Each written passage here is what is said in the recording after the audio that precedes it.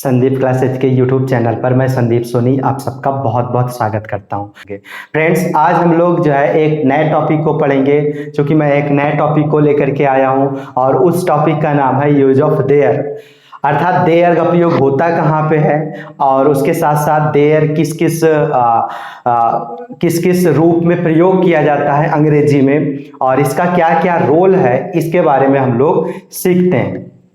तो देखते हैं फ्रेंड्स, यूज ऑफ देयर अंग्रेजी का कोई वाक्य हो, अंग्रेजी के वाक्य में जब देयर का प्रयोग वहां के अर्थ में हो, कोई इंग्लिश का वाक्य हो और उस वाक्य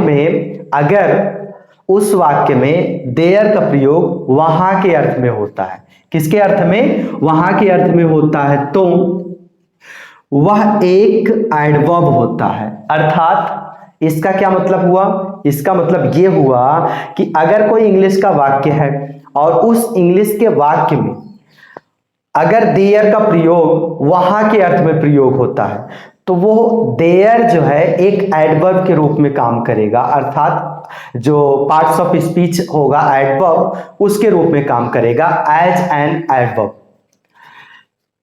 और जब एक सब्जेक्ट के रूप में काम करे तो वह एक प्रोनाउन होता है। अर्थात इसका मतलब क्या हुआ?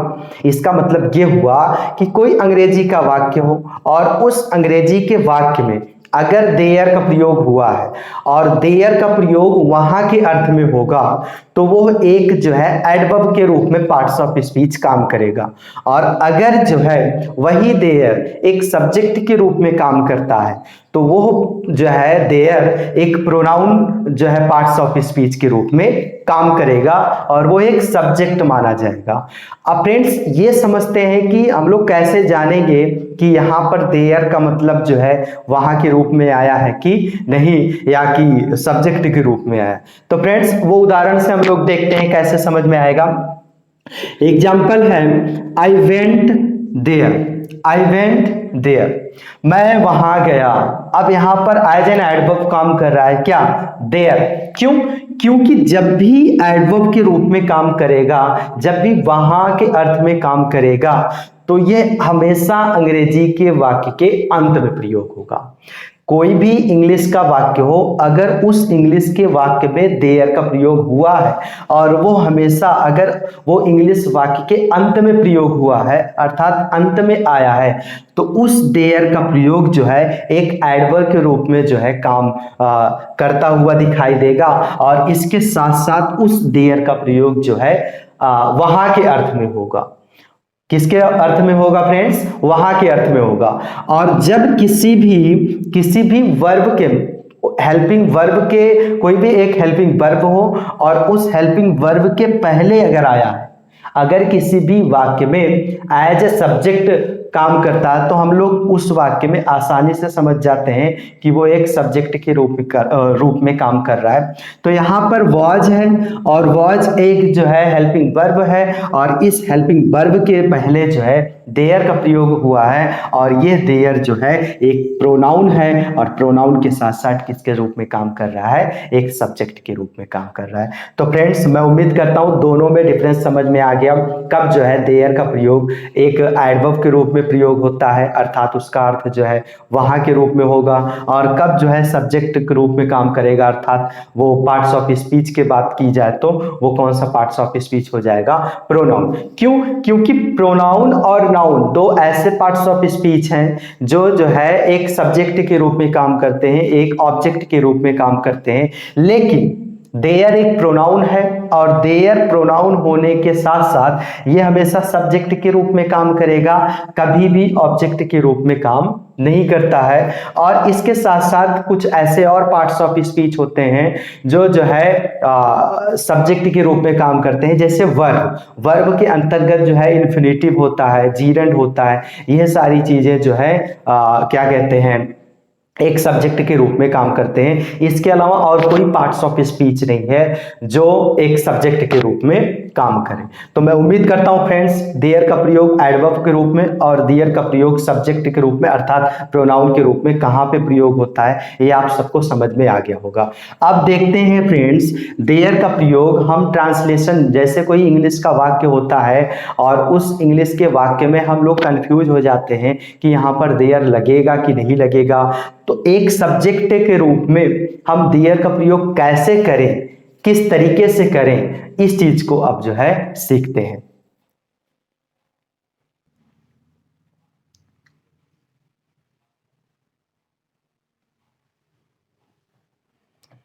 सो गाइज अब हम लोग सीखते हैं देयर का प्रयोग एज ए सब्जेक्ट कैसे प्रयोग किया जाता है, इसका क्या स्ट्रक्चर होता है, इसका क्या रोल होता है, इस चीज के बारे में हम लोग सीखते हैं।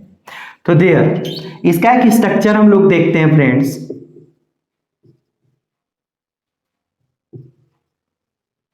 स्ट्रक्चर, तो स्ट्रक्चर में क्या होता है, तो फ्रेंड्स एक चीज तो आप सबको पता ही है कि देयर जो है एक सिंगुलर और एक प्लूरल दोनों तरह के वर्ब के साथ प्रयोग होता है। तो देखते हैं देयर प्लस इज या are plus noun, there plus is या are plus noun plus etc, और जो भी कुछ आता है वो ईटीसी के अंतर्गत प्रयोग होता है। तो ये जो है प्रेजेंट की बात हो जाती है, ये प्रेजेंट की बात हो जाती है। आप देखते हैं पास्ट में क्या होगा, देयर प्लस वाज या वर प्लस नाउन प्लस ईटीसी, ये किसकी बात हो जाती है, पास्ट की।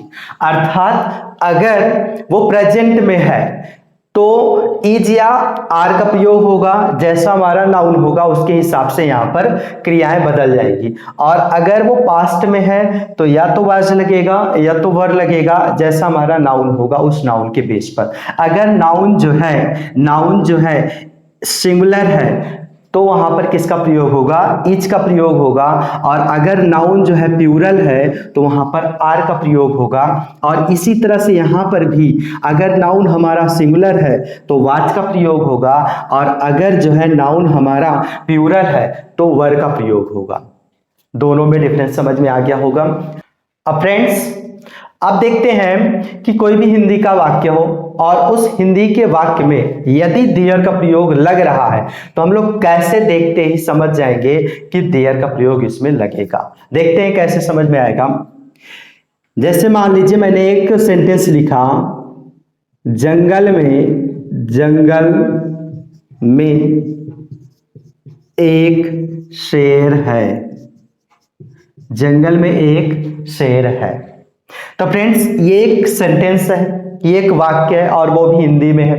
तो इसमें हमें ये समझना है हम कैसे समझेंगे कि इसका ट्रांसलेशन कैसे होगा, ये इसका ट्रांसलेशन कैसे होगा, इस चीज को हम लोग देखते हैं कैसे समझ में आएगा।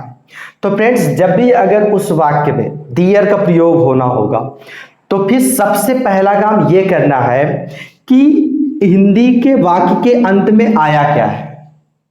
यहां पर है आया है, तो अगर कोई भी हिंदी का वाक्य होगा, अगर उस हिंदी के वाक्य अंत में है हो या था हो, था का कोई भी रूप था, थी, थे, है, हो, हूं, कुछ भी आया हो, और इन दोनों के जस्ट पहले एक नाउन का प्रयोग हुआ।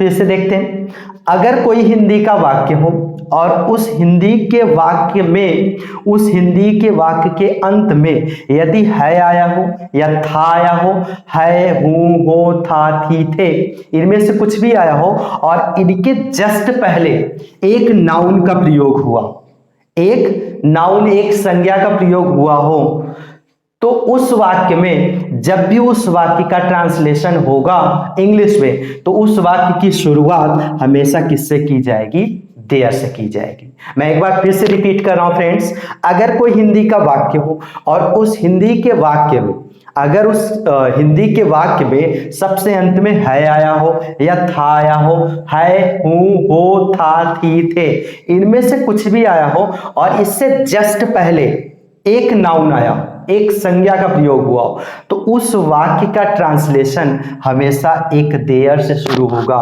अर्थात उस वाक्य में एज सब्जेक्ट एक देयर का प्रयोग होगा। आई थिंक समझ में आ गया होगा। देखते हैं, जैसे इस वाले वाक्य में जंगल में एक शेर है, यहां पर है का प्रयोग हुआ, यहां पर है का प्रयोग हुआ है, और है से जस्ट पहले शेर, और शेर सबको पता है, शेर सबको पता है, शेर क्या है, एक नाउन है, एक क्या है, नाउन है। तो इसका मतलब ये हुआ कि इस हिंदी के वाक्य का ट्रांसलेशन देयर से शुरू होगा, अर्थात इसमें अगर कोई सब्जेक्ट के रूप में काम करेगा तो वो क्या है, देयर है। तो देखते हैं कैसे होगा।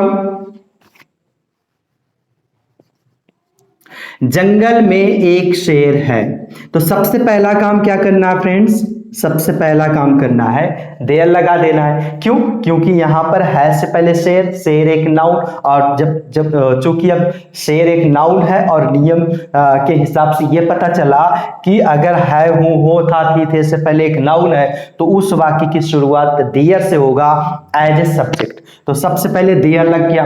अब चूंकि देयर लगने के बाद हमें ये डिसाइड करना है कि ये किस में है, प्रेजेंट में है कि पास्ट में है। तो अगर है आया है तो प्रेजेंट में ही होगा। अब ये भी डिसाइड हो गया कि ये प्रेजेंट में है, तो या तो इज लगेगा या तो आर लगेगा। तो अब डिसाइड क्या करना है, शेर, शेर नाउन है, और नाउन कितने हैं, एक है कि एक से अधिक, तो यहां पर लिखा है एक शेर, अर्थात सिंगुलर है, तो यहां पर क्या लग जाएगा, इज, इज, देयर इज। अब एक शेर है तो ए लायन, ए लायन, एक शेर, और कहां पर, इन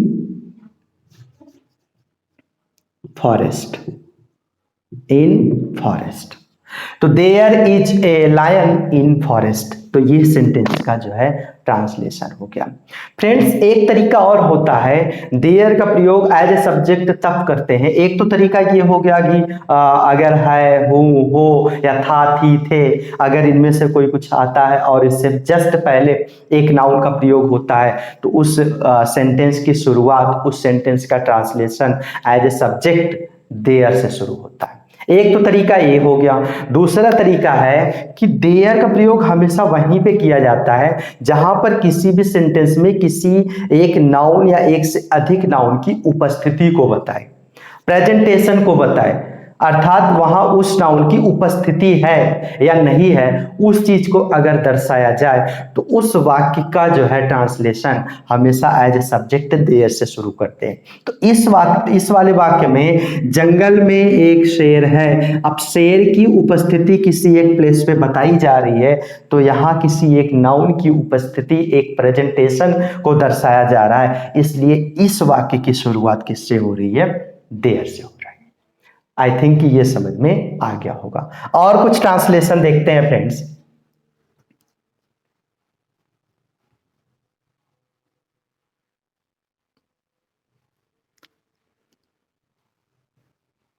देखते हैं कुछ और ट्रांसलेशन। हमारे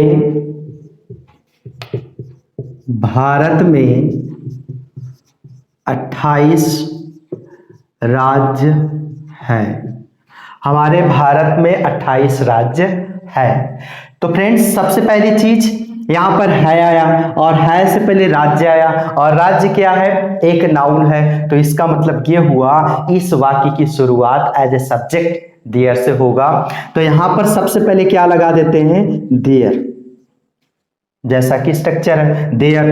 अब फ्रेंड्स, एक चीज और, कोई भी हिंदी का वाक्य हो और अगर हमें उसे इंग्लिश में चेंज करना हो, तो फ्रेंड्स हिंदी का वाक्य इंग्लिश के वाक्य से टोटल अपोजिट होता है, हर तरह से अपोजिट होता है। सिर्फ हमें सब्जेक्ट को सब्जेक्ट की जगह पे रख देना है, और बाकी चीजों को, जैसे असेंडिंग और डिसेंडिंग होता है कि अगर असेंडिंग में है तो उसे डिसेंडिंग में कैसे चेंज करें, डिसेंडिंग में है तो असेंडिंग में कैसे चेंज करें।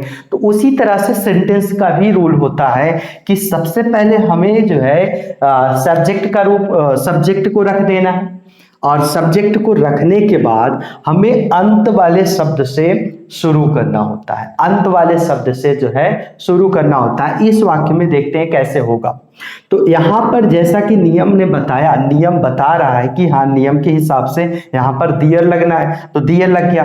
अब यहाँ पर है कि इंग्लिश या तो इज होता है या तो आर होता है, वो डिसाइड करेगा उस वाले वाक्य में नाउन की संख्या के ऊपर। तो यहाँ पर नाउन की संख्या कितनी है? 28। 28 राज्य है, मतलब कि प्लूरल है। तो यहाँ पर है कि इंग्लिश क्या होती है? इज या तो आर, देयर इज आर। अब यहां चूंकि नाउन सिंगुलर है कि प्लूरल, नंबर के ऊपर डिसाइड किया जाएगा, या तो इज लगेगा या तो आर। तो यहां पर नंबर हमारा प्लूरल है, तो देयर इज आर 28 स्टेट्स। अब 28 स्टेट से पहले क्या है? मे की इंग्लिश इन, और मे से पहले क्या है? हमारे भारत। तो हमारे का इंग्लिश होता है अवर, और भारत की India. There is are 28 states in our India. अब फ्रेंड्स यहां पर नाउन का नंबर क्या है? नाउन का नंबर है प्लूरल। अब चूंकि प्लूरल होने की वजह से यहां पर इज ना लग करके आर लगेगा, है के अर्थ में आर का प्रयोग होगा। क्यों? क्योंकि नाउन हमारा क्या है? प्लूरल है। एक और देखते हैं, मेरे गांव में 10 स्कूल थे। मेरे गांव में 10 स्कूल थे। तो फ्रेंड्स यहां पर था, थी, थे कुछ भी आए और उससे पहले जस्ट क्या आना होना है? नाउन। अब यहां पर सेम वही नियम लगा है कि था, थी, थे का भी प्रयोग हुआ है और उससे पहले क्या लगा है? एक नाउन, अर्थात नाउन का प्रयोग हुआ है। तो यहां पर इस वाक्य की शुरुआत अगर ट्रांसलेशन करना है तो किससे होना है? देयर से। अब यहां देयर लग गया। अब हमें वही सेम अपनाना है रूल। अपोजिट सेंटेंस होता है, हिंदी का वाक्य इंग्लिश के वाक्य से एकदम अपोजिट होता है। तो दियर लग गया। अब एकदम अंत से शुरू करना है। यहाँ पर दियर का प्रयोग हो गया। अब यहाँ पर था, थी, थे में से कुछ आया है और यहाँ पर या तो वाज लगेगा या तो वर लगेगा, वो डिसाइड होगा उस वाले वाक्य में आए हुए नाउन के नंबर के ऊपर। अगर नाउन का नंबर एक है अर्थात सिंगुलर है तो वहां पर किसका प्रयोग होगा? वाज का। और अगर नाउन का नंबर प्लूरल है तो वहां पर किसका प्रयोग होगा? वर का। तो यहाँ पर 10 स्कूल अर्थात नाउन का जो नंबर है वो प्लूरल है, तो यहाँ पर थे की इंग्लिश क्या हो जाएगी? वर। There were. अब थे से पहले क्या? 10 स्कूल, तो 10 स्कूल्स। 10 स्कूल्स। 10 स्कूल से पहले क्या है? मे की इंग्लिश इन, और इन से पहले मेरे गांव, तो माई विलेज। तो फ्रेंड्स मैं उम्मीद करता हूं ये समझ में आ गया होगा। एक सेंटेंस और लिखते हैं, हमारे हमारे गांव में एक राजा है। हमारे गांव में एक राजा है। तो यहां पर सबसे पहले है आया, है से पहले एक नाउन आया, तो यहां पर इस वाक्य की शुरुआत देयर से होगी। अब चूंकि नाउन का नंबर कितना है? एक, तो यहां पर है की इंग्लिश क्या हो जाएगी? इज, और है से पहले एक राजा तो एक, और एक राजा से पहले में तो इन, और में से पहले हमारे गांव तो इन अवर विलेज। तो there is a king in our village. तो फ्रेंड्स मैं उम्मीद करता हूं ये डिफरेंस समझ में आ गया होगा, ये ट्रांसलेशन समझ में आ गया होगा कि देयर का प्रयोग कहां पे किया जाता है। और भी कुछ सेंटेंस देखते हैं।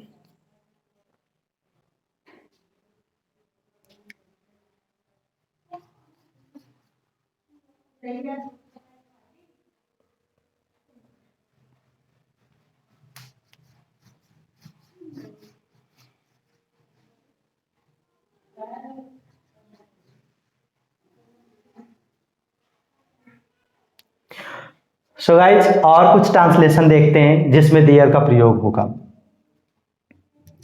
मेरे बगीचे में मेरे बगीचे में 4 माली हैं। मेरे बगीचे में 4 माली हैं। हमारे हमारे पॉकेट में 20 रुपए हैं। हमारे गांव में एक राजा था। हमारे गांव में एक राजा था। तो कुछ सेंटेंस है फ्रेंड्स। अब यहां मेरे बगीचे में 4 माली हैं। अब है आया, है से पहले एक नाउन आया, तो सबसे पहले इस वाक्य की शुरुआत किससे होगी? देयर से होगी। तो यहां पर देयर। अब यहां है की इंग्लिश लिखनी है, और है की इंग्लिश डिसाइड होगा उस वाले वाक्य में आए हुए नाउन के नंबर के ऊपर। अब यहां नाउन का नंबर क्या है? अब नाउन का नंबर जो है प्लूरल है, तो प्लूरल होने की वजह से है की इंग्लिश क्या हो जाएगी? आर। There are. अब है की इंग्लिश आर, है से पहले 4 माली, तो यहां पर 4 गार्डनर्स। 4 गार्डनर्स। अब 4 माली से पहले मे की इंग्लिश इन, और इन से पहले मेरे बगीचे, तो माई गार्डन। उसी तरह से हमारे पॉकेट में 20 रुपए हैं। यहां पर है एक है हो, और उससे जस्ट पहले 20 रुपए एक नाउन है, तो इस वाक्य की भी शुरुआत किससे होनी है? देयर से। और देयर के बाद है कि इंग्लिश या तो इज या तो आर, वो डिपेंड करेगा उस वाले वाक्य में आए हुए नाउन के नंबर के ऊपर। तो यहां पर 20 रुपए, नाउन का नंबर क्या है? प्लूरल है, तो यहां पर क्या हो जाएगा? आर, और 20 रुपीज। देयर आर 20 रुपीज, और 20 रुपीज से पहले क्या है? मे की इंग्लिश इन, और मे से पहले हमारे पॉकेट, तो आवर पॉकेट। हमारे गांव में एक राजा था। तो हमारे गांव में एक राजा था थी, थे से पहले एक नाउन, तो वाक्य की शुरुआत देयर से। तो देयर। अब देयर के बाद था की इंग्लिश या तो वाज या तो वर, वो डिपेंड करता है उस वाले वाक्य में आए हुए नाउन के नंबर के ऊपर। अब यहाँ पर राजा, जो कि राजा, एक राजा की बात हो रही है, तो नाउन का नंबर जो है सिंगुलर है, तो यहाँ पर था की इंग्लिश हो जाएगी was. There was a king, तो ए किंग। एक राजा का मतलब, एक राजा का मतलब होता है एक किंग। और एक राजा से पहले क्या? मे की इंग्लिश इन, और इन से पहले हमारे गांव, तो अवर विलेज। फ्रेंड्स, कुछ और वाक्य को देखते हैं।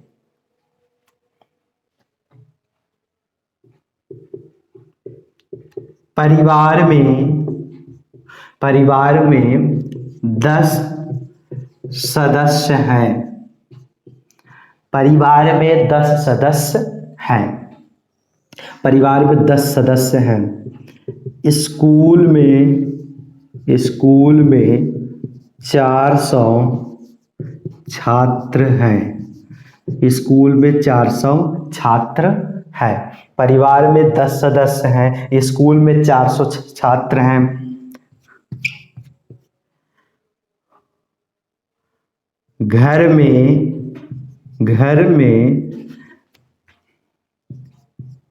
एक व्यक्ति है। घर में एक व्यक्ति है। अब परिवार में 10 सदस्य है आया है, और है से पहले सदस्य एक नाउन है, और इस वाक्य की शुरुआत अब हो जाएगी देयर से। अब यहां नंबर की बात देखते हैं। नाउन का नंबर क्या है? प्लूरल है कि सिंगुलर? तो यहां पर प्लूरल दिखाई दे रहा है, तो यहां पर है कि इंग्लिश क्या हो जाएगी? आर, और 10 सदस्य, तो 10 मेंबर्स, और 10 मेंबर्स से पहले इन, और इन से पहले परिवार, तो फैमिली। तो there are 10 members in family. School में 400 छात्र हैं, तो सबसे पहले देयर के बाद नंबर देखते हैं कितनी है। प्लूरल है, तो यहां पर are 400 students. There are 400 students in a school. In school. घर में एक व्यक्ति है, घर में एक व्यक्ति है तो देयर, अब यहां नंबर की संख्या आ गया है, सिंगुलर है तो देयर इज, अब एक की बात होती है तो a person, person in house, in house. तो फ्रेंड्स मैं उम्मीद करता हूं ये देयर का प्रयोग आप सबको बहुत अच्छे से समझ में आ गया होगा। सो फ्रेंड्स मैं कुछ होमवर्क देता हूं और उसका ट्रांसलेशन आप लोग कमेंट बॉक्स पर जरूर करिएगा।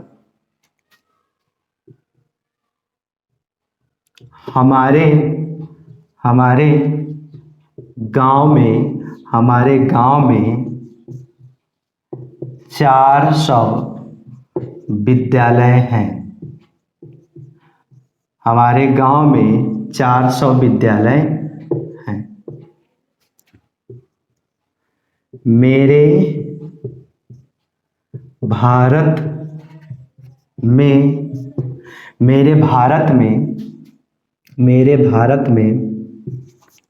कई